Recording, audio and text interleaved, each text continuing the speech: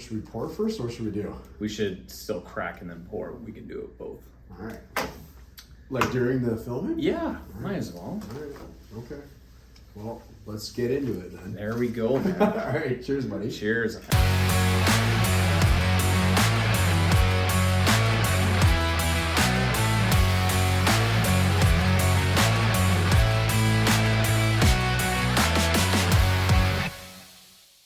Another month comes again. It happens quick, doesn't it? It really does. The drinks with Darren, I'll make sure that everyone can see That's these right. glasses here. Actually, I was going to mention, for any of our clients that don't have a set of these, that would like a set of these, please comment in the video description, or not, you wouldn't comment in the description, that'd be weird. You comment in the comments. You comment in the comments section, that would be much more appropriate. But if you don't have a set of these drinks with Darren glasses, we will get you a pair. That's right. Right?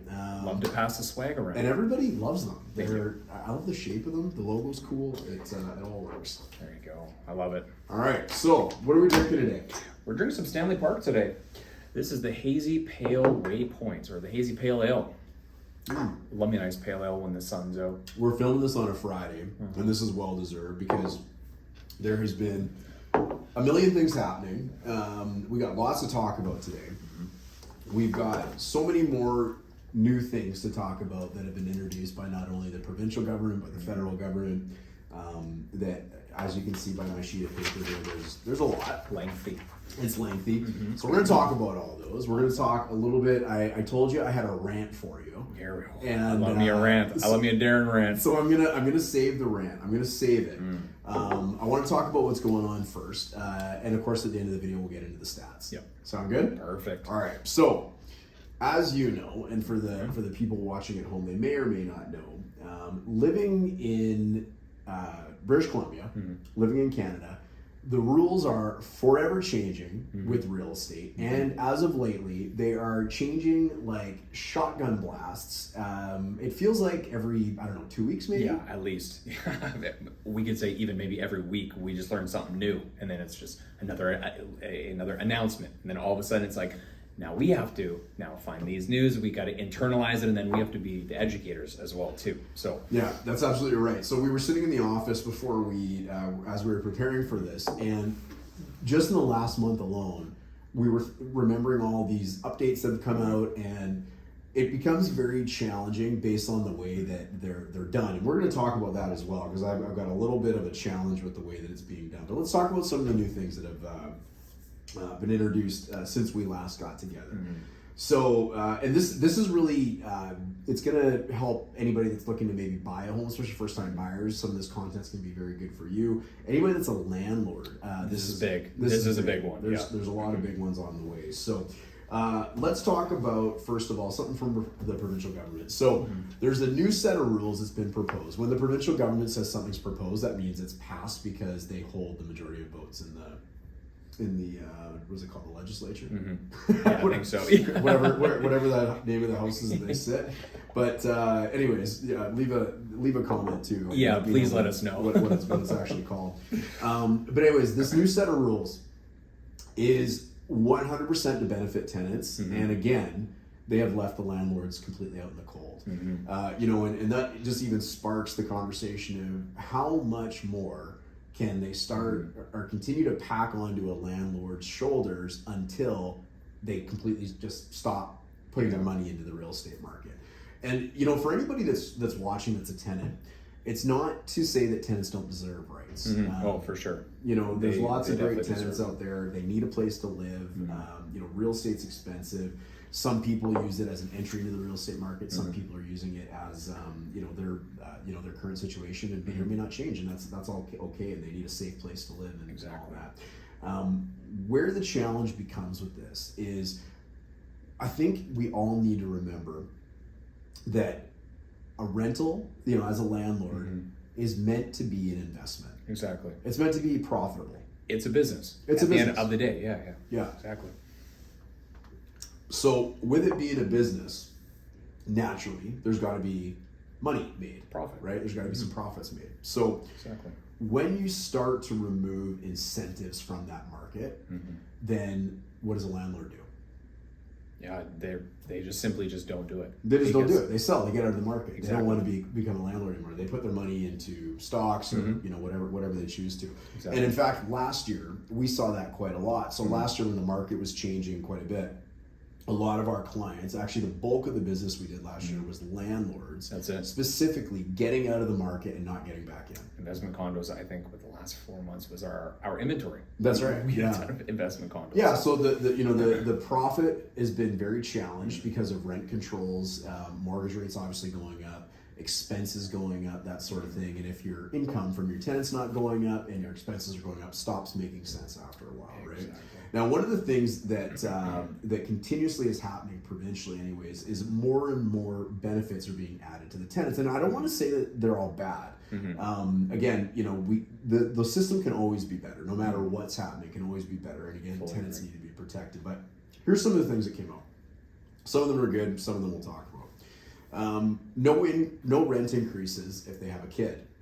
So as someone who's about to have their first, That's right. How do you feel about that?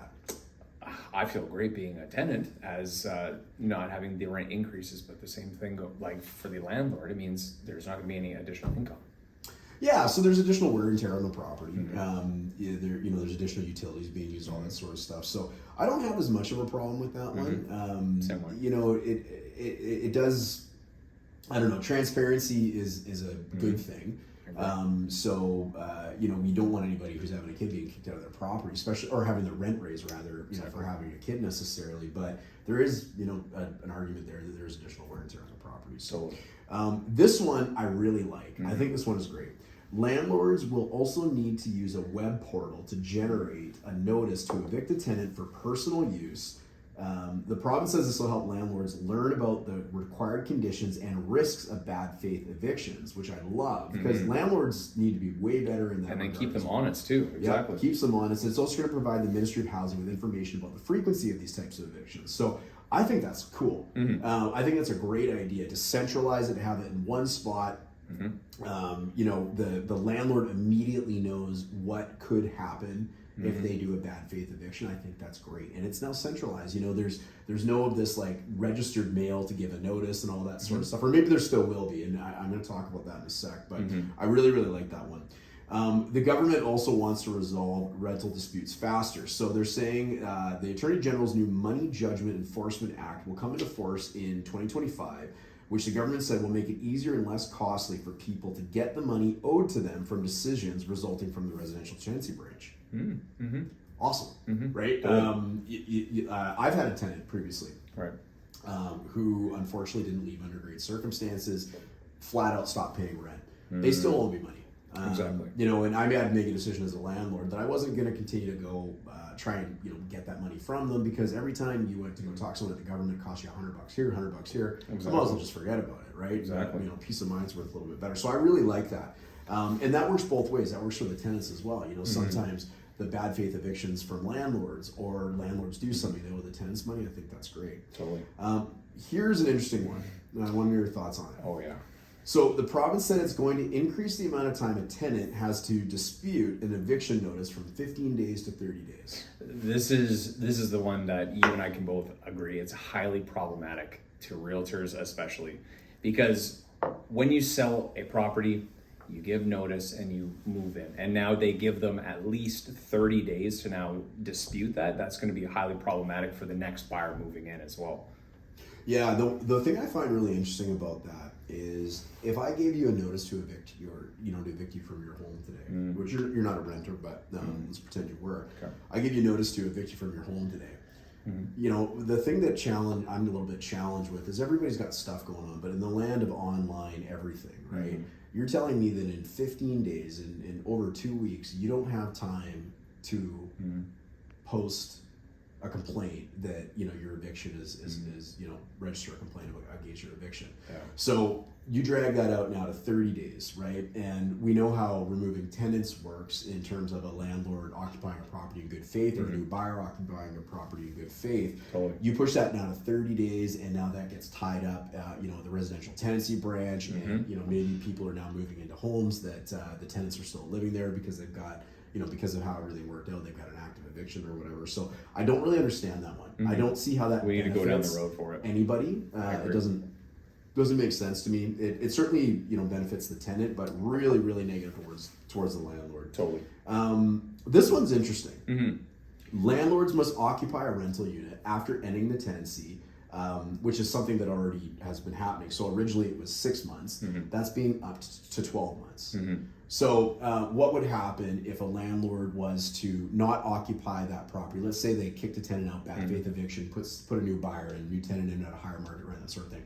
A landlord could be liable for up to 12 months of rent. That's a lot of dough. That is a lot of dough, especially in the rent prices we have currently. Yeah, that's a ton of dough. It's a ton of dough. So what the government is saying here is the home cannot be rented for at least 6 months. They're upping that to 12. I don't really have a problem with that. It takes out a lot of the slumlords and leaves the actual good landlords, or even the new good faith buyers who are like, we actually want to move in and make this our home. And it's not just a quick, hey, let's try and get them out and then flip it and then let's try and rent it for more money. Yeah, so I think it solves some good problems in there. It just is going to make everybody a little more honest and keep it a little more transparent. Now, of course, I would hope, and I know there already is, but I would hope that there's still use cases where something happens and your life changes dramatically and you have to there has to be an exemption for something. There has to be an that. exemption. Yeah, Absolutely. I agree. Okay, here's the big one that I struggle with. Okay, so much so that I wrote a letter to our provincial body, which is the British Columbia Real Estate Association, some of my contacts there, because I see this producing incredibly problematic issues in the industry, as well as anybody looking to get in a home, and that is increasing the amount of notice that landlords have to give to a tenant for personal use. So what are the current rules right now? Current rules is, let's say we use this month, okay? We're in the middle of April 11th, or I think it's the 12th. If we give, so if we remove our subjects on a purchase, that whole month is what we call a burn month or a dead month. And then it's 2 months notice. And then after that, you now can take possession. So if we have April's gone, then we have May, and then the end of June is your completion date, but July 1st is the first day that you can take occupation of the property. That's right. Yeah. So for anybody even looking to get it into good faith, you're right. It's a burn month. So even if it was April the 2nd and you gave notice to a tenant, all of April's dead. You need to give a full 2 months. So the 2 months prior or post that is when you would be able to get occupancy. So there's talk about increasing the amount of notice that a landlord has to give for personal occupancy. Now, they didn't give a lot of detail on this. I'm going to touch on that in a second here. But one of the reasons that is really problematic, that's very problematic for our industry, okay? One of the reasons that's very problematic is home buyers. When home buyers go out looking for properties, they oftentimes are going to have something called a rate hold, right? A guaranteed rate that they'll get. It'll guarantee them that specific rate for, let's say, 90 to 120 days. 90 to 120 days. Right. So if we start increasing that period of time in which you have to give a tenant notice, and a buyer, let's say, wants to buy this property, what if they lose their rate hold in an environment where we've been in, where interest rates have been going up?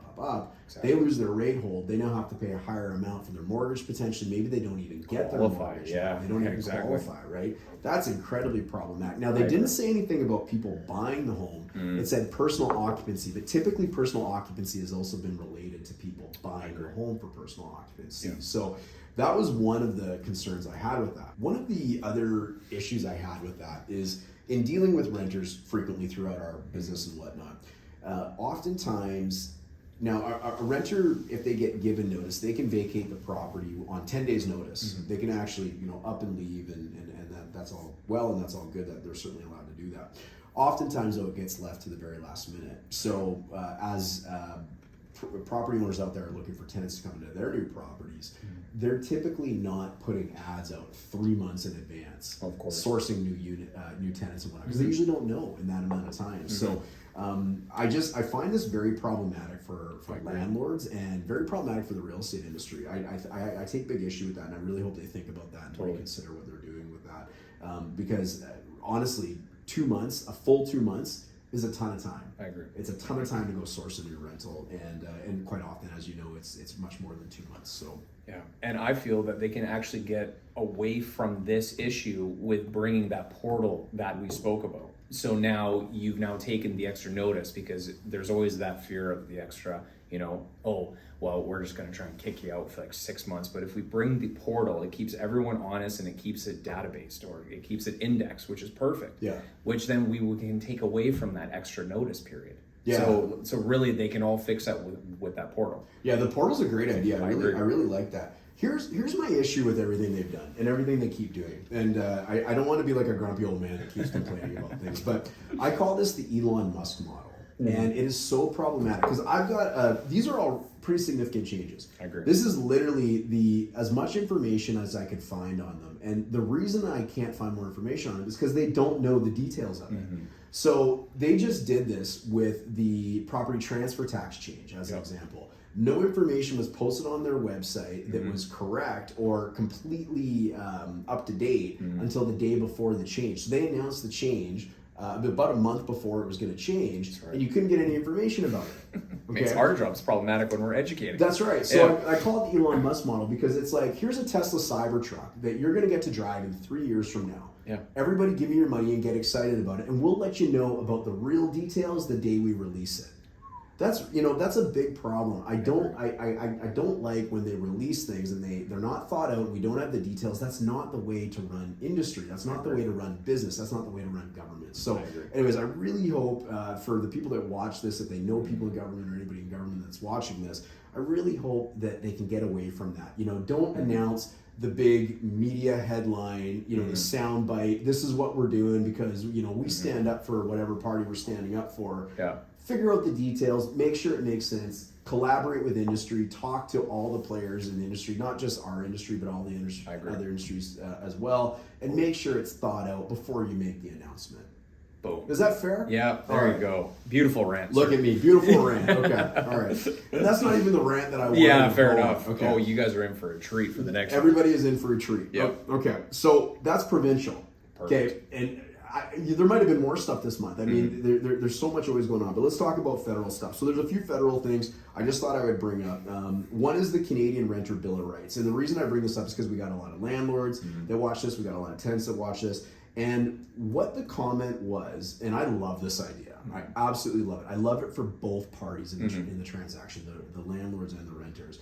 Rental payments will now calculate towards credit scores, which will help some Canadians move into home ownership. Because what's happening, the problem is people are paying their rent each month and it's under the table. Exactly. Right? Nobody knows that this money is being paid. That's right. So let's say you're renting a 2-bedroom here in South Surrey for $2,500. You're making a $2,500 payment each month and it doesn't even show up on your credit score.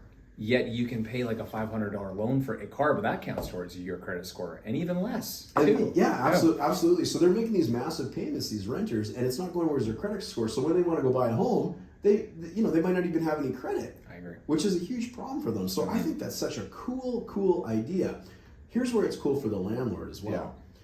What happens right now when a tenant doesn't pay rent as a landlord? What happens to the tenant? Your landlord's credit score gets hit, but your tenant's does not. Yeah, why does the landlord's credit score get hit? Because they're not making their payments if the tenants are not making That's their right. payments. If they're relying on the rent money to make their mortgage payments and they don't make their mortgage payment, their credit score gets hit. So if the tenant doesn't make their rent payment, that means their credit score gets hit. And that is very fair. That is fair. I quite like that. Actually, in reading about this, I couldn't help but just like give my head a shake, roll my eyes, where there was, someone that was, highly kind of favorable for the tenants, whatever, some sort of tenant association, talking about how it wasn't fair for tenants because if they didn't make their payments, it would hurt their credit. Duh. Yeah. Right? Like, and so it should. I agree. Right? Because the landlord is the one who is having to carry that bill, and that's not fair. Right? I agree. So anyways, I think that's so cool. I think that's an awesome idea. Now, it will come down to the provinces. Apparently, this has to be carried through the provinces. But brilliant idea. I really hope that comes to fruition. Fully. There's a new one on 30-year amortizations. Yeah. So anybody looking to buy a home. Now, big headline. Looks really exciting. There's some details behind this one. So unlike some of these other ones from the province, the federal government's got some details behind this one. So let's talk about how lucrative this really is. Yes. Okay, after we explain the details. Yeah, let's hear it. 30-year amortization. So you can only currently do a 25-year amortization if you're doing a high ratio mortgage, meaning putting down 20,000 or 20% or less. I agree. 20% or less. So they're proposing that you can do a 30-year amortization. However, okay, so it's got to be under 20% down, which is fine. Insured mortgage, that's totally fine. It's got to be a new home. Okay, so so only people buying new homes, or only people that can afford new homes, get to take on this 30-year amortization. How much does that shrink the pool? Yeah. To like Yeah. like very tight. Yeah, Okay. yeah, exactly. It's not that it's bad. No. Great headline, but not going to help a ton of people. Exactly. It's got to be a home less than $1 million. Yeah. Okay, so be it. Yep. You got to be a qualifying first-time home buyer. Okay. And So be it. it comes effective August So that 1st. so now those are 5 different pieces of criteria they need to qualify for. Yeah, there's some criteria there they need to qualify for. So the key thing to that is it really only affects people buying new homes. Exactly. Right, that are putting down less than 20%. So interesting. Sorry. Oh, sorry. I was just going to say, and then with how they just brought up the property transfer tax rules too. Now, new construction up to 1.1, you get your property transfer tax as well. So they're starting to give a little bit more incentive to buying new construction in and around the 1 million to 1.1 now. Yeah, which is great. Yeah, favorable. that was a provincial incentive, and it's good because we need lots of new homes. So awesome. As long as new homes stay under 1.1, Yes. then, can house families. Exactly. Okay, enhanced home buyers plan. This is a cool one. Yep. So you can currently take $35,000 from your RRSPs and put it towards your house, tax free. Very cool. Yep. Right. Apparently, well, not apparently, I guess it's happening, but effective April 16th, you can now take up to $60,000. More dough. All right, I'm going to put you on the spot right here. Let's see if you can remember this. You might not know this because this isn't really real estate related. How long do you have to repay that? 15 years. Very good. Not bad. That was very good. It's like I read here. It's like you do have the notes in front of you. That's so right. Okay. The other thing that they did introduce as well is you'd have 5 years to begin your repayments rather than 2 years. So they're going to extend that by 3 years. So this was what's cool about this is actually retroactive back to January 1st of 2022 and will expire at the end of 2025. Nice. Yeah. So hey, that's great. It still helps people. That's awesome. There were some other changes to the Canadian Mortgage Charter, waiving fees and costs that would otherwise have been charged for mortgage relief measures. So they should. Of course. That's great. I think that's awesome. Exempting insured mortgage holders from requalifying under the stress test when switching lenders at the time of mortgage renewal. So that's a good one. Great headline. Yep. Do you have to lend me money? No. Does a bank have to lend me money? No. No. Interesting. Easy. Yep. Yeah. All right. Great headline. Yeah. Allowing borrowers to make lump sum payments to avoid negative amortization or sell their principal residence without incurring prepayment penalties. Great. Waiving interest on interest when mortgage relief measures result in mortgage payments that fail to cover interest payments on a loan. Some of it's good. Yep. Some of it's good. Some of it certainly is just big fancy lights with lots of smoke, little fire. Yes. But that's okay. Happy with that. Yeah. Okay, here's my rant. You ready? Here we go. All right. Cue Darren Rant. Can I tell you a story? You know the story, but Yes. I'm going to tell it to you again. Yes. Okay. Okay. And this is a PSA for anybody out there looking to buy a house right now. Okay. So I was working an open house this weekend, as were you. We were both doing them at the same time. Very, very busy open house. Okay. I'm getting people coming into this open house that were scheduled to be there. Whether their realtor could join them or not, the realtor would reach out and let us know. However, I was also having people come into this open house that had a realtor, and some that didn't as well, but had a realtor. So these people would come into this open house and they didn't make an appointment. Their realtor didn't reach out to us. And so I would say to them, it's been relatively busy in here today. And actually, at the time, I was expecting an offer. So what I had said to them is I said, look, you don't need to tell me your name. That's okay. If you want to be a secret person, that's totally fine. Exactly. It's the nature of an open house. However, would you like to give me your realtor's name? And I can let them know that you were here, just so they have record that you were here, because I didn't know who the realtor was. They didn't give me any heads up. Exactly. And if anything happens with this property, you can be alerted. So the interesting thing about this was this happened with 2 groups that day. And both of them said, no, if we have interest, my realtor will call you.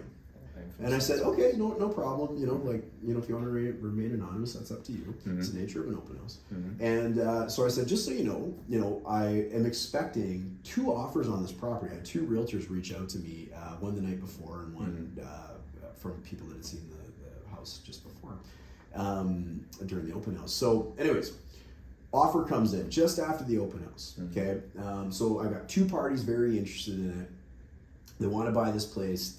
They're going through the multiple offer process. We won't get into that. Right. And anyways, we end up picking an offer that's obviously slightly higher and, good offer, all that sort of thing. Really nice people. I got to meet them at the open house. Now, here's the crazy thing. I get a phone call the next day from a realtor. Hey, my clients came through your open house. They really liked it and they want to write an offer. Is the house still available? Guess what? And I said, unfortunately, we had an offer come in. I didn't have your contact information, nor did I have your client's contact information. Therefore, I couldn't alert anybody that this offer is coming in. We had two very, good offers come in the evening before. My client made a decision to work with one of them. I'm sorry. It blows my mind, okay, that these people did not give me the realtor's contact info. They didn't have to give me theirs. They didn't have the foresight to have their realtor contact me after seeing it. And, they may have gone to bed and thought about it the next morning said we really like the house. Yep. There was no foresight on the professional side to contact your client, the day before the weekend maybe and say, hey, was there any open houses that you were 100%. interested in checking out, any properties you want to check out, that sort of thing. So these poor people, through their own mistakes, didn't get an opportunity to bid on a property. And who knows, what if they were the offer that was better than the other two that came in? They absolutely could have. It could have been their home, right? It could have been their home. And, the seller made their decisions based on what they knew at the time, and so be it, right? But, and as did I, right? As I advised them. We can only do so much as what we have in front of us, and we can't wait for something else. We have to present what's in front of us. Then we don't even know what's happening. Exactly. And, of course, the decision lies with the client. Right? Exactly. Now, what is your practice going into the weekend with our buyer clients? What would you have done differently in that situation? Oh, totally. First of all, I would reach out to them either Thursday, Friday, and say, hey, we would love to know if there's any homes that you're interested in. We'll try our absolute hardest to get into those homes with you. And in the event that we can't, please let us know of the open houses that you come through, because we want to know what is interested for you. And then even when, like you said, both of us were holding open houses from 2 to 4, the common time for open houses, we would always follow up right after 4:15, 4:30, and we'd say, hey, did you see any homes that you loved? Can I get those addresses so we can follow up with the realtor and say, hey, our clients loved your home. Can you keep us in the loop with if you get an offer now, if you get an offer Sunday, Monday, and then we can kind of work around their interests. And that's how we can stay ahead of them, not losing out on properties. Yeah, absolutely. And that's the way to do it. Where'd you get that idea from? That's so... Yeah. All right. Brilliant. You're brilliant, man. Yeah. But it just blew my mind. This whole going to open houses thing and secrecy, and I don't want to put too much on the realtor, to be honest, because we were both at open houses during the time, and we've got active buyers right now. We can't be two places at once. It's just not possible. And the weekends are incredibly busy times, right? Everybody wants a PC, and you can only be one spot at a time. And we're lucky that we have a team, right? Exactly. There's at least two of us. So I don't want to put too much on the realtor not being there. I can't blame that on them, and I certainly won't. But just the fact of how people are coached to go into open houses, their opinion of what they should say or not say in open houses, and just the general, sentiment of how you should maybe follow up with your clients if they're out and about over the weekend, or even just planning to maybe be out. It just really blew my mind that happened. Those poor people lost out on a home that they could have absolutely had, should they have played it a little bit differently. Yeah, hence they were educated and taught, especially this is how it's done, this is how we follow up, and this is how we check in. I love that. Educated and taught. Yeah, if you're going to go out and look at open houses, let's do this. Let me know where you're going. I'll book it in advance. I'll let the realtor know that you're going to be 100%. showing up between 2 and 4 sometime. 100%. And at least that way they have my contact information. Should you want to do anything with it, we'll get alerted. Exactly. Right? So, anyways, that's my rant. I was That's just a good one. so blown away by that it stuck with me for a few days here. So, anyways, let's get into the stats. Okay. So, this is what happened in March. Okay, March was busy or slow? What would you say? Feels anecdotally busy. For us, it was busy. It was. Yeah. What about statistically? With the look on your face, I think it's not going to match. You would be correct. Yes. All right, so these are hot off the press. So inventory levels for new homes coming to the market, or homes on the market, were the highest they've been in the last 5 years. Nice. Okay, so A lot of inventory. Yeah, Things to look more at. inventory coming on, which is certainly good. March sales slower than we probably would have hoped, and these numbers are pretty interesting.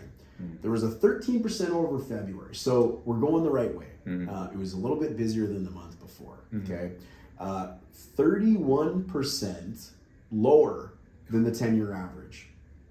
31% lower Wow. than the 10-year average for sales.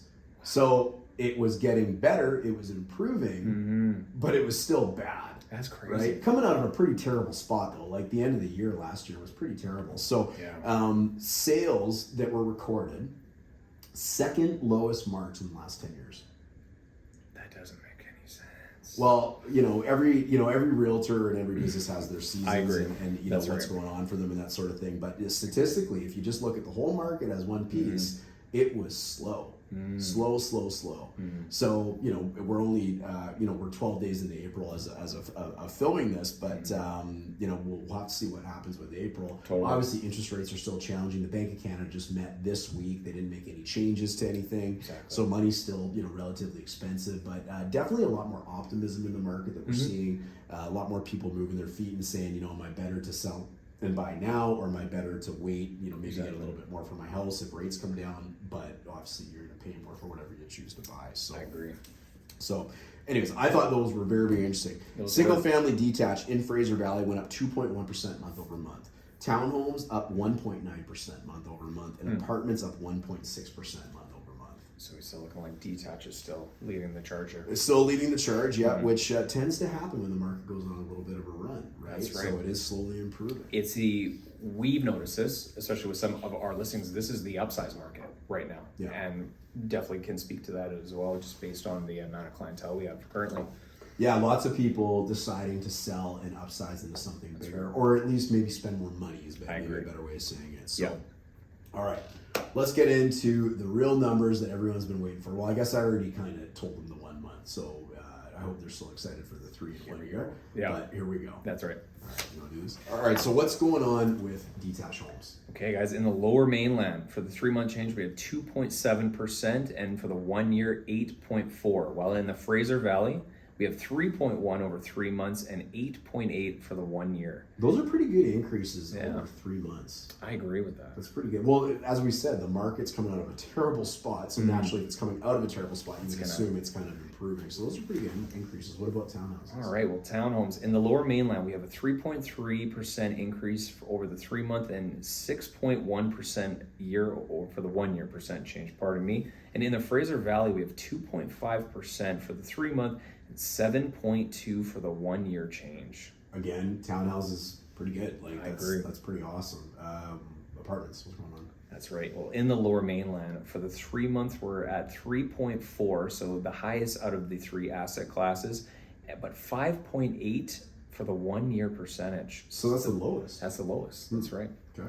And then in the Fraser Valley board, we have a 3.3 for a 3 month percent, and then 6.9 for your 1 year percent change. Thank you. Interesting. I think you probably remember this. Out of the 3 asset classes, we were looking, I feel like it was a month ago, and out of the detached townhomes and apartments, do you remember which was the one that experienced the biggest growth in the last 10 years? I want to say it was apartments. It was apartments. Right. Yeah, which, dollar for dollar. Obviously, you pay a lot, a 10% increase on a detached house, dollar for dollar is a lot more money than a 10% 100%. increase on an apartment. But percentage-wise, actually, apartments were the best investment. That's right. Which was very interesting. So, anyways, that's Drinks with Darren. There you go, April edition. April edition, done and dusted, right? So, There you go. Apparently, we need more beer next time because you finished that about halfway through. You must. I was thirsty. It's sunny out, and I love when there's sun because that means beer tastes so much better. It absolutely does. Well, I appreciate you being on here as always. Thanks for having me. Yeah, and we'll look forward to doing this again next month. Sounds good. All right, thanks everybody. Cheers. Cheers.